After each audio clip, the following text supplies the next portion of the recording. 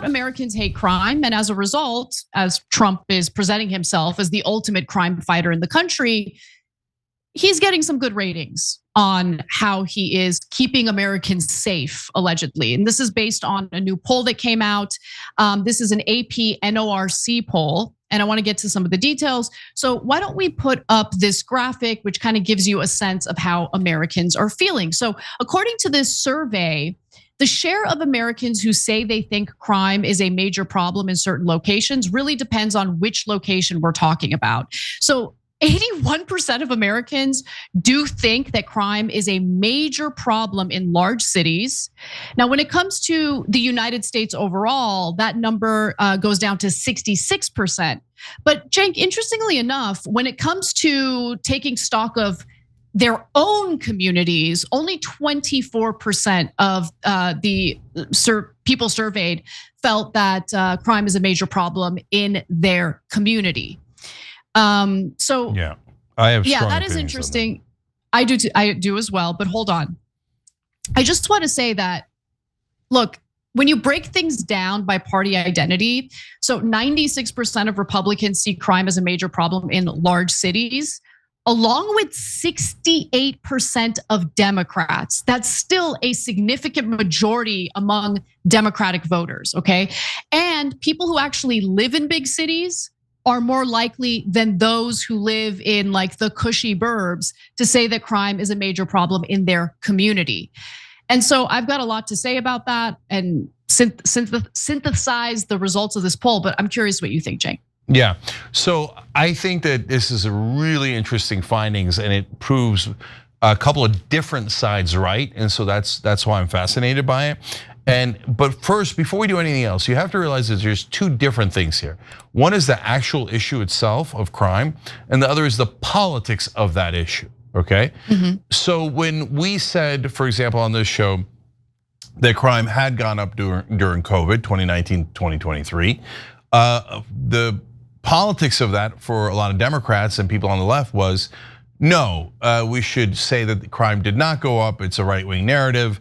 We should ignore it completely and just yell at anyone who brings up crime and accuse them of being fascists. Okay, so if you think that didn't happen, you're 100% wrong.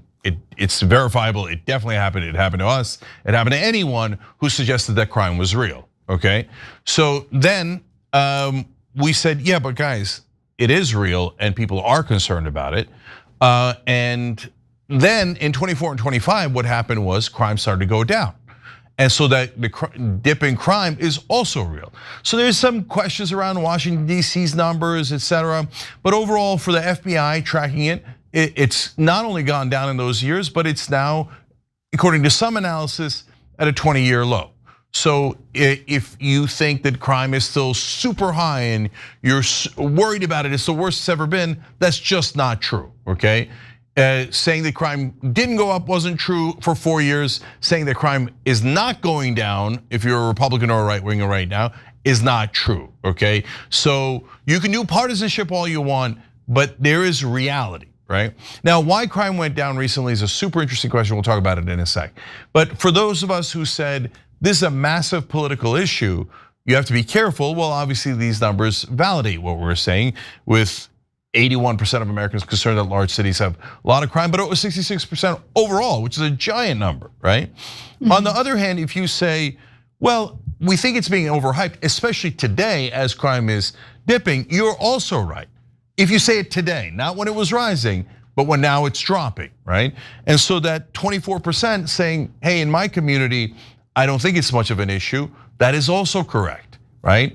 So there's, on the issue of actual crime, good news, things are starting to get better and the numbers are going down, and we should learn some of the lessons from that. Although, again, if you're a partisan, you might not like some of the conclusions. We'll get back to that in a second, right? But if you're saying that, oh, okay, since the number's going down, we should go tell everyone crime is no big deal. No. That is a gross mishandling of the politics of the situation. I think that there's a much better way to handle it, but again, I'll get to that in a minute.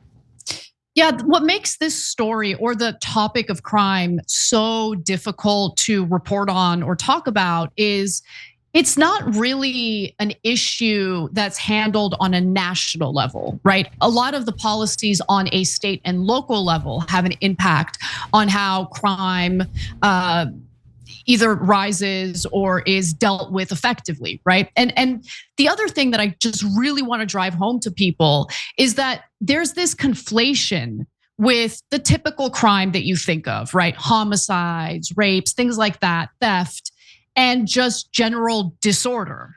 And I think when people in big cities see the increasing disorder, and usually it's because of, let's just keep it real, there's a serious problem in the country right now with drug addiction.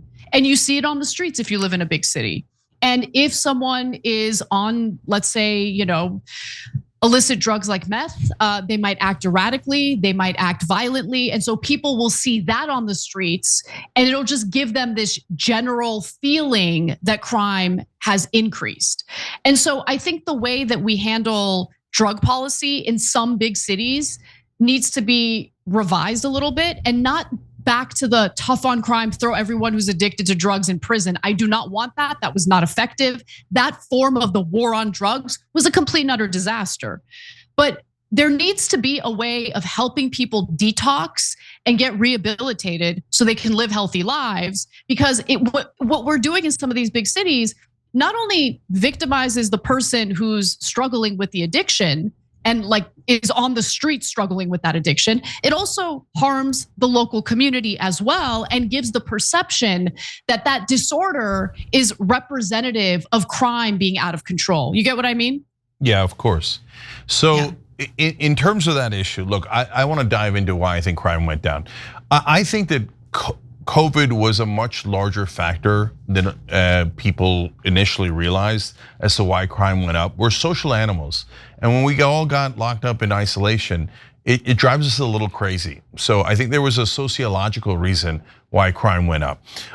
Now, did it aggravate it that we passed some laws that caused some significant retail theft, car theft, etc.? Well, I think so. Yes, it did. Well, let's not beat around the bush. It did. Yeah, it did. but so I hear you, Anna. So and I think it did. And so for the folks that see the crime going down and say, see, it didn't, but wait a minute, hold on. You have to take into account, okay, well, obviously on COVID, we're past COVID, so that's brought some of the numbers down. But a lot of the big cities where we were seeing that crime, the prosecutors and the mayors got fired by the people. They sure did. And they then sure did. And then those cities and states changed laws, including in California. So did that help bring crime down? Probably, right? So I would love to see some studies on it and get a better sense of it. On the other hand, though, there's 5% less cops in the country today than there was pre-2020. So cops are down. And we are at a 20-year low now that the significant drops in 24 and 25, right? So that gives you a sense of maybe cops aren't the answer, right?